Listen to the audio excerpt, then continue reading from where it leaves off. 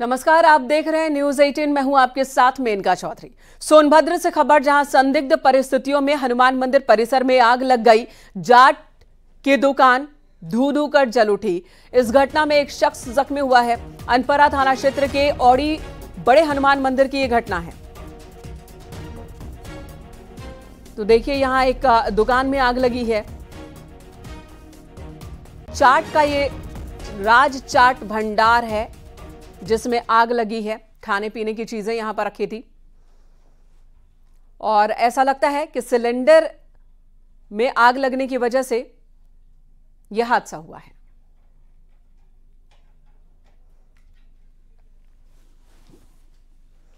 खबर हापुड़ से, जहां सड़क निर्माण में घटिया सामग्री के इस्तेमाल पर बीजेपी विधायक एकाएक भड़क उठे। मौके पर ही पीडब्ल्यूडी विभाग के अधिकारियों को फोन कर धमकाया। मेला रोड पर सड़क में घटिया सामग्री के इस्तेमाल पर विधायक साहब ने नाराजगी जताई। गढ़ विधायक हरेंद्र सिंह तेवतिया ने लापरवाह अधिकारियों को फटकार लगाई है। गढ़ मुक्तेश्वर के मेला रोड का यह मामला है।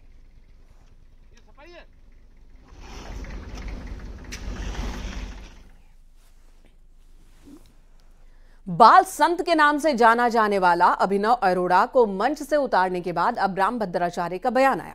उन्होंने कहा कि मर्यादा के विरुद्ध कार्य करने पर मंच से उतारा था। मेरी कथा गंभीर विषय पर चल रही थी, मगर उसका स्वभाव संतों के पास जाकर चंचलता करना और नाचना कूदना था।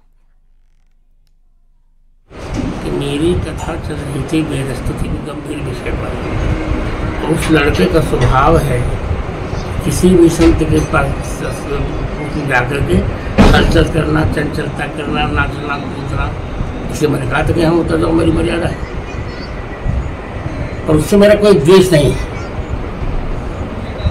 अब उसका बयान आ रहा है, वो कह रहा है उसको धमकियां मिल रही हैं, घर से नहीं निकलने दिया जा रहा है, लोग कह रहे हैं घर से निकलोगे मार देंगे। मैं वो जाने दूसरे लोग जाने, हम नहीं जानते। इधर अमरोहा में राशन डीलर की दबंगई का मामला सामने आया। गंगेश्वरी ब्लॉक के एक गांव में राशन डीलर की दबंगई का यह वीडियो सामने आया है। राशन वितरण के दौरान डीलर ने कांटे पर ईंट रखकर गेहूं और चावल तोल दिया। इस घटना का वीडियो अब वायरल हो रहा है। गंगेश्वरी पूर्ति निरीक्षक ने बताया कि उन्हें इस वीडियो की जानकारी ही नहीं है। गांव वालों ने मांग की है कि वीडियो वायरल होने के जिस तरह से वायरल हुआ है उसी वीडियो के आधार पर कार्रवाई।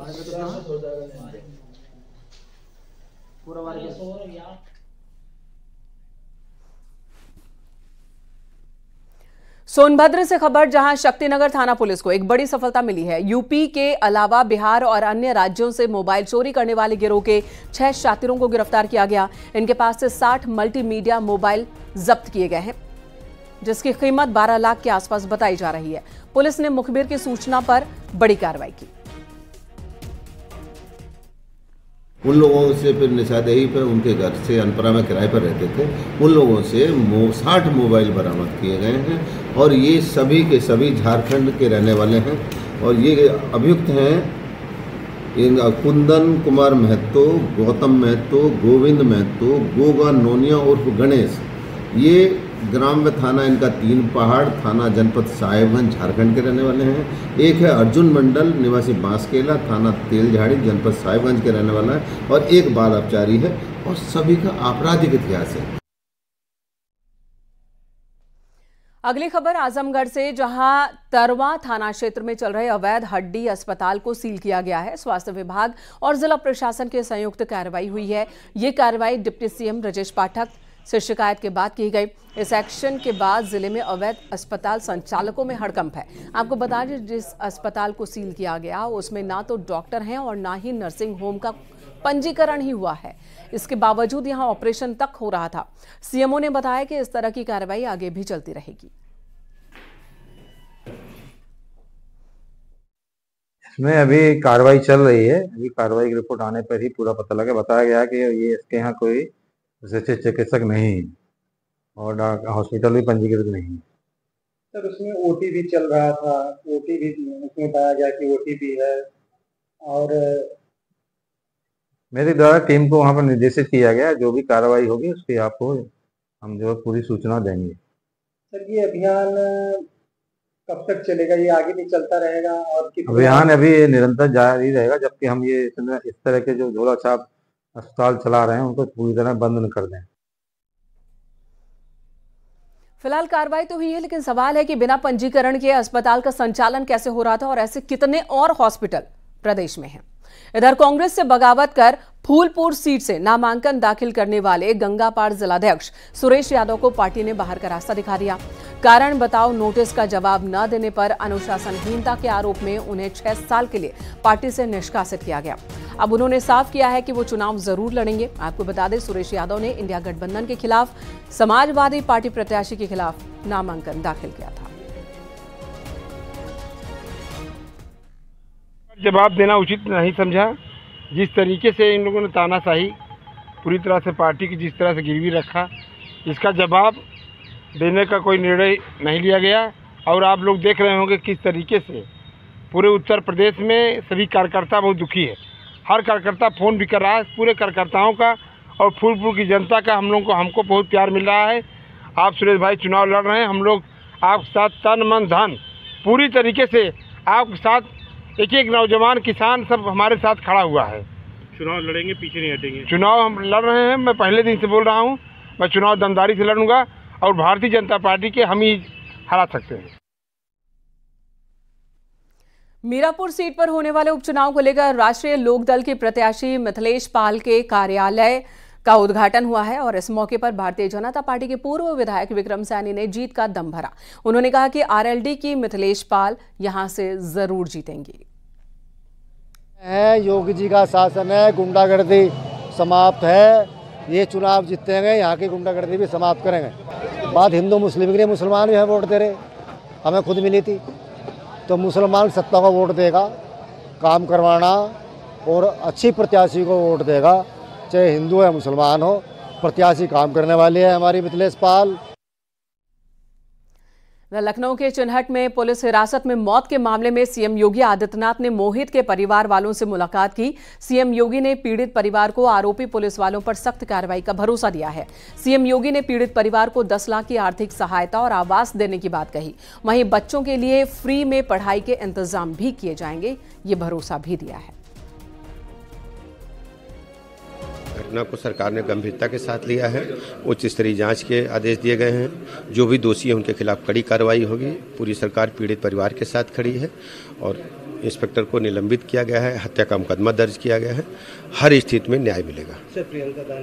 देखिए, ये कभी भी इस प्रकार की घटनाओं को पॉलिटिकलाइजेशन नहीं होना चाहिए। हमारी सरकार पीड़ित परिवार के साथ खड़ी है। और इस मुलाकात के बाद मोहित पांडे के परिवार ने कहा कि उन्हें सीएम योगी पर भरोसा है। परिवार ने कहा कि हम सीएम योगी आदित्यनाथ से मुलाकात के बाद संतुष्ट हैं। आरोपियों पर कार्रवाई हो रही है, उस एक्शन पर भी भरोसा है। मुख्यमंत्री जी ने उन्होंने कहा है कि आपको बताने की कोई जरूरत नहीं है, हमको सब पता है। 10 लाख रुपए देंगे, आवास देंगे, बच्चों की फीस।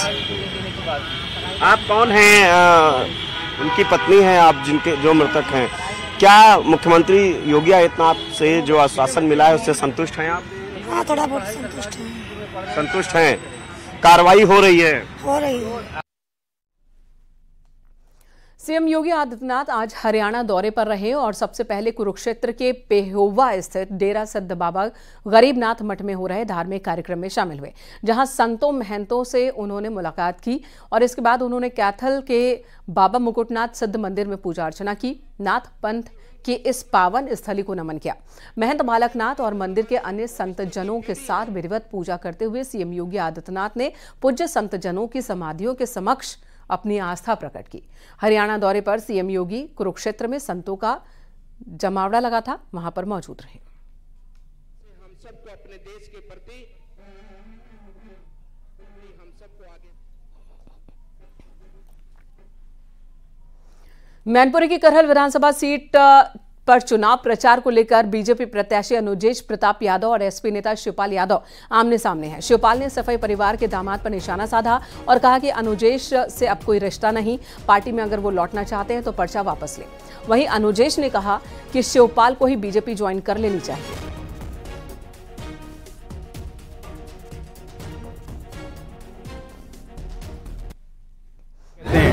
रिश्ता बना रहेगा, वो कहते हैं। क्या वो कहते राजनीति अपनी जगह, रिश्ते अपनी जगह। अब रिश्ता नहीं है जी, रिश्ता है तो पर्चा वापस कर लें। अगर रिश्ता चलाना चाहते हैं 30 तारीख को वापस कर लो। मंडी में वापसी नहीं होगी उनकी, वापसी नहीं। अब तो पहले निकाल दिया गया, पहले निकाला था और आज से रिश्तेदारी।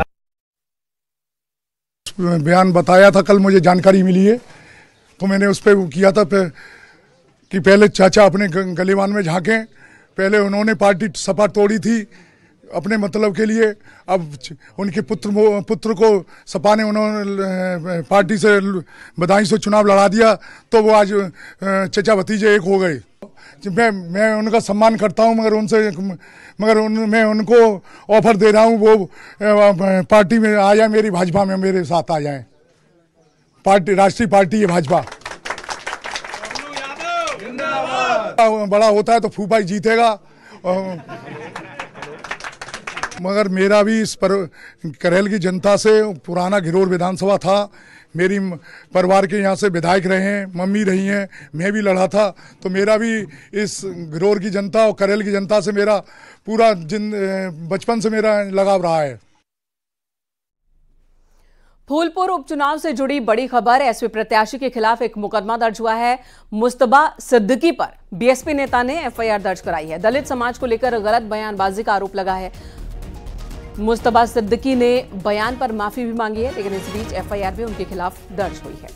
तो बीएसपी नेता है जिन्होंने ये मामला दर्ज करवाया है। एसपी के प्रत्याशी हैं सिद्दीकी, फूलपुर से चुनाव मैदान में है, लेकिन उन्होंने एक बयान दिया और उस बयान को लेकर उन पर आरोप लगा है कि दलित समाज को लेकर उन्होंने गलत बयानी की है और इसी मामले में उनके खिलाफ केस दर्ज किया गया है।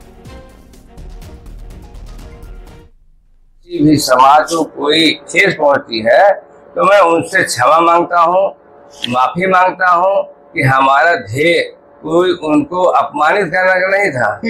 हमारा ध्येय खाली जो हम 25-30 साल 2000 पार्टी में देखे थे भूल गए। प्रयागराज फूलपुर विधानसभा उपचुनाव में समाजवादी पार्टी के प्रत्याशी के खिलाफ एफआईआर दर्ज हुई है। जाति सूचक शब्दों का इस्तेमाल करने पर यह केस दर्ज हुआ है। प्रयागराज के गंगानगर जोन के सराय इनायत पुलिस स्टेशन में दर्ज हुआ है केस। बहुजन समाज पार्टी के विधानसभा अध्यक्ष राजकुमार गौतम ने यह केस दर्ज करवाया है। तो महाराष्ट्र से वांछित हथियार तस्कर देवा प्रजापति की जौनपुर में गिरफ्तारी हुई है। बड़ी खबर इस वक्त, तस्कर को एसटीएफ और मुंबई पुलिस ने गिरफ्तार किया है। छात्र के पास से 9 mm की एक पिस्टल, 2 कारतूस बरामद किए गए। आपको बता दें, ये बदमाश महाराष्ट्र में अवैध हथियार सप्लाई करने का गिरोह चलाता है और इसी मामले में मुंबई पुलिस इसे गिरफ्तार करने के लिए पहुंची थी।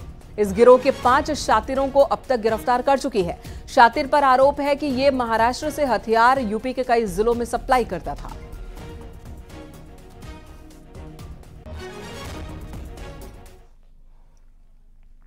बिजनौर के नजीबाबाद पुलिस और गौ तस्करों के बीच एनकाउंटर की खबर और इस दौरान गौ तस्करों ने पुलिस टीम पर फायरिंग भी की है। पुलिस की जवाबी कार्रवाई में एक बदमाश के पैर में गोली लगी, जबकि उसका एक साथी भाग निकला। पुलिस ने आरोपी के कब्जे से गौवध के औजार, तमंचा और बाइक बरामद कर लिए हैं। यह एनकाउंटर नजीबाबाद थाना क्षेत्र में हुआ। पुलिस को मुखबिर की सूचना पर कामयाबी मिली। पुलिस को मुखबिर द्वारा सूचना प्राप्त हुई कि वही लोगों का जो गैंग है उनमें से 2 व्यक्ति हैं, एक बाइक पे आ रहे हैं। इस द्वारा पुलिस द्वारा चेकिंग लगाई गई, रोकने का प्रयास किया गया तो मोटरसाइकिल सवार बदमाशों ने पुलिस पर जान से मारने की नीयत से फायर किया। पुलिस ने उनको सरेंडर के लिए कहा और पुनः उनके द्वारा फायर किए गए। पुलिस द्वारा आत्मरक्षा फायरिंग की गई, इसमें एक बदमाश के गोली लगी, उसको उपचारित अस्पताल लाया गया है। इसका एक अन्य साथी मौके से भागने में सफल रहा है। गाजियाबाद में खाद्य विभाग और औषधि विभाग लगातार छापेमारी में लगा है। 2 पिकअप गाड़ियों से 8 क्विंटल से ज्यादा मिलावटी पनीर जब्त किया गया और उसे नष्ट किया गया, जिसकी अनुमानित कीमत 1,73,000 रुपए बताई जा रही है। विभाग मिलावटखोरों के खिलाफ लगातार एक्शन।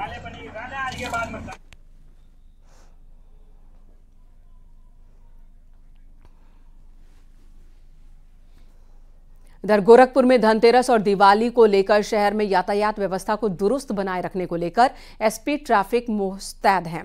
एसपी ट्रैफिक ने शहर के प्रमुख चौराहे समेत करीब 1 दर्जन इलाकों में रूट डायवर्जन की व्यवस्था लागू की है। उन्होंने बताया कि धनतेरस और दीपावली के मौके पर शहर में यात्रियों की भीड़ को देखते हुए कई प्रमुख चौराहों पर रूट डायवर्जन किया गया है। भारी वाहनों के शहर में प्रवेश पर पाबंदी लगा दी गई है।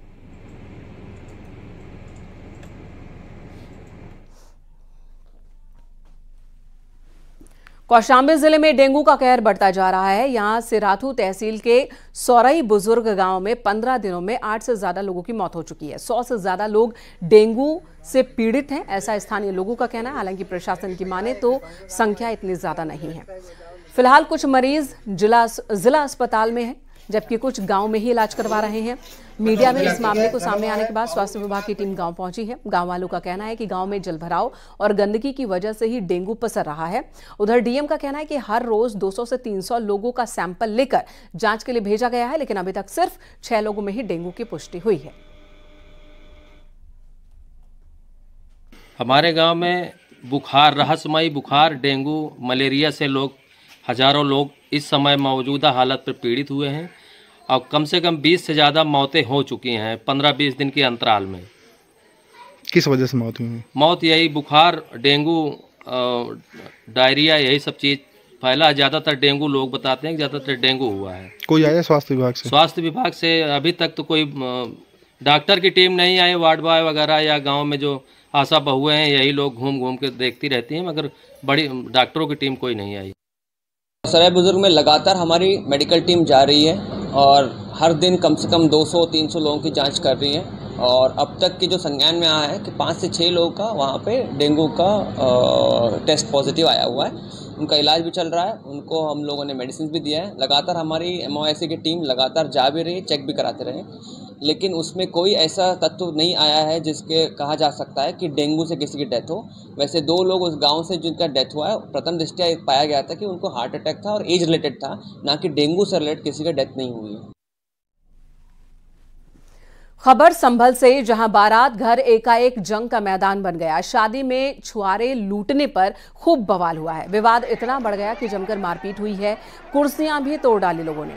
दरअसल शादी की रस्मों के बीच छुआरा बांटा जा रहा था। ये एक रस्म यहां निभाई जा रही थी। इसी बीच किसी बाराती ने छुआरों पर हाथ डाला, जिसके बाद वहां मौजूद घरातियों ने इसका विरोध किया और बवाल की शुरुआत हो गई। वायरल वीडियो हयात नगर थाना के कस्बा सराय तरीन स्थित बारात घर का बताया जा रहा है।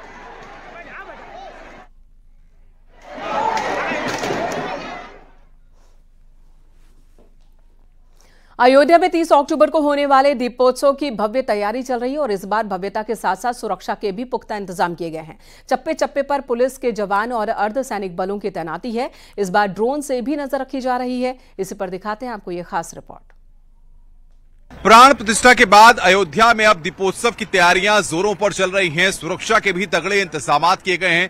चप्पे चप्पे पर पुलिस बल की तैनाती की गई है, अर्धसैनिक बलों की तैनाती की गई है और लगातार आपको बता दें कि तमाम इलाकों में से लोगों को जिस तरीके से निर्देशित किया गया है कि कोई भी बाहरी व्यक्ति अगर यहां पर आता है तो उसकी सूचना यहां पर पुलिस को अवश्य दी जाए। साथ ही साथ सुरक्षा उपकरणों को भी लगातार चेक किया जा रहा है। बाकायदा मेटल डिटेक्टर से भी यहां पर चेकिंग की जा रही है। जो एंट्री पॉइंट्स हैं वहां पर जो पासेस की गाड़ियां हैं, जो वीवीआईपी गाड़ियां हैं, वो भी यहां पर लगातार चेक की जा रही हैं और इसके साथ साथ कुछ रूट डाइवर्ट्स किए गए हैं ताकि राम की पेड़ी तक आने में जो भी लोग यहां पर वीवीआईपी आएंगे या जो भी लोग उस दौरान दीपोत्सव के कार्यक्रम में मौजूद रहेंगे उनको किसी तरह की दिक्कत ना हो। जो वीवीआईपी गाड़ियां हैं वो इसी मार्ग से आपको बता दें कि यहां तक पहुंचेंगी और उसके बाद राम की पेड़ी पर जो दीपोत्सव का कार्यक्रम होगा उसमें शामिल होंगी। सबसे महत्वपूर्ण बात यह है कि जिस तरीके से इस बार 55 घाटों पर 25 लाख से ज्यादा दिए जलाकर एक और नया रिकॉर्ड बनाने के सरकार के स्तर पे और तमाम अयोध्या वासियों के स्तर पे प्रयास किया जा रहा है, जिसकी भव्य तैयारियां की जा रही हैं। उसमें परिंदा भी पर न मार सके इसलिए बाकायदा ड्रोन से नजर रखी जा रही है और साथ ही साथ तकनीकी सुरक्षा उपकरणों के साथ साथ सोशल मीडिया पर भी नजर रखी जा रही है। कैमरामैन नरेश के साथ अनुपम मिश्रा, न्यूज 18 अयोध्या।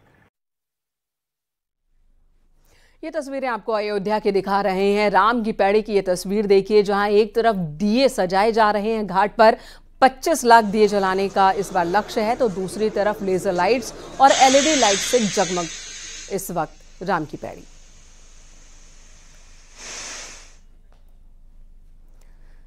दिवाली की तारीख को लेकर इस बार कंफ्यूजन है और इसी बीच श्री राम मंदिर और काशी विश्वनाथ मंदिर का मुहूर्त देने वाले पंडित गणेश्वर शास्त्री द्रविड़ और उनके भाई विश्वेश्वर शास्त्री द्रविड़ ने बताया कि 1 नवंबर को दिवाली मनाई जाएगी, जबकि इससे पहले काशी विद्वत परिषद ने 31 अक्टूबर को दीपावली मनाने का फैसला लिया था। जबकि अयोध्या में श्री राम मंदिर और काशी विश्वनाथ मंदिर का मुहूर्त देने वाले पंडित ने कहा कि दीपावली का सर्वोत्तम मुहूर्त 1 नवंबर को है।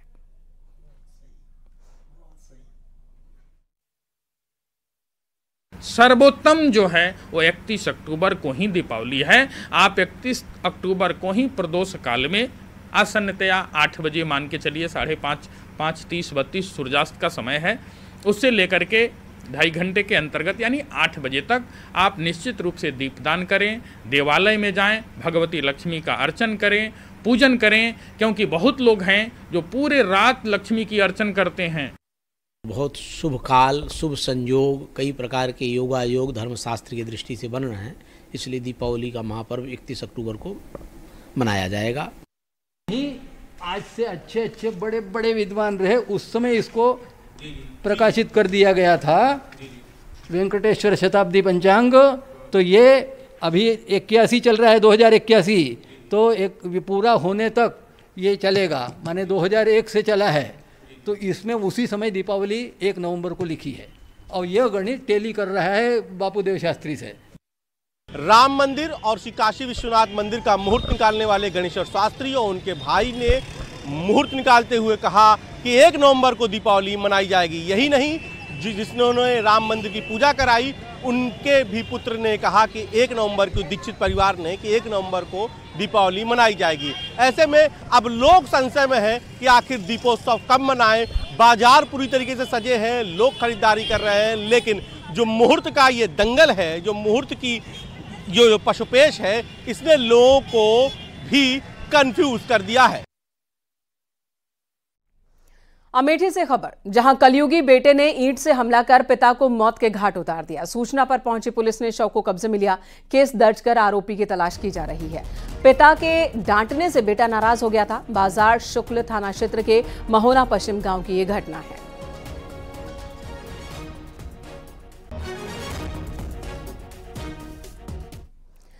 आगरा से खबर, जहां गर्लफ्रेंड की फरमाइश को पूरा करने के लिए एक लड़का ठग बन गया। दरअसल आरोपी ने अपनी प्रेमिका को दीपावली की 25,000 की शॉपिंग कराने के बाद फर्जी तरीके से स्क्रीनशॉट दुकानदार को दिखाया। दुकानदार के खाते में पैसे नहीं पहुंचे थे। उसने पुलिस को जानकारी दी, जिसके बाद पुलिस ने आरोपी को पकड़ा। मामला थाना कमलानगर क्षेत्र का है, जहां आरोपी शिवम 25 अक्टूबर को विमेंस प्लाजा स्टोर पर पहुंचा था अपनी गर्लफ्रेंड के साथ। उसे शॉपिंग करवाई और उसके बाद वहां से उसने अपनी प्रेमिका को कपड़े और आर्टिफिशियल गहने दिलवाए।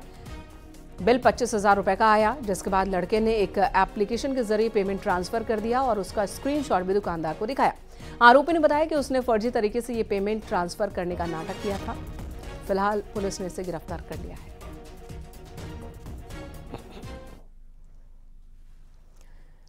त्योहार पर सुरक्षा को लेकर नोएडा पुलिस भी चौकन्नी है। ऑपरेशन प्रहार के तहत पुलिस कार्रवाई कर रही है। लुटेरों, स्नेचर्स और अन्य गंभीर धाराओं में संलिप्त अपराधियों के खिलाफ सघन चेकिंग अभियान चलाया जा रहा है।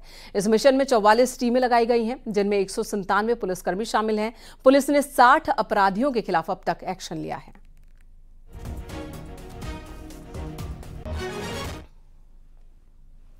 यहां रुकेंगे एक ब्रेक के लिए। खबरें ब्रेक के बाद भी जारी हैं।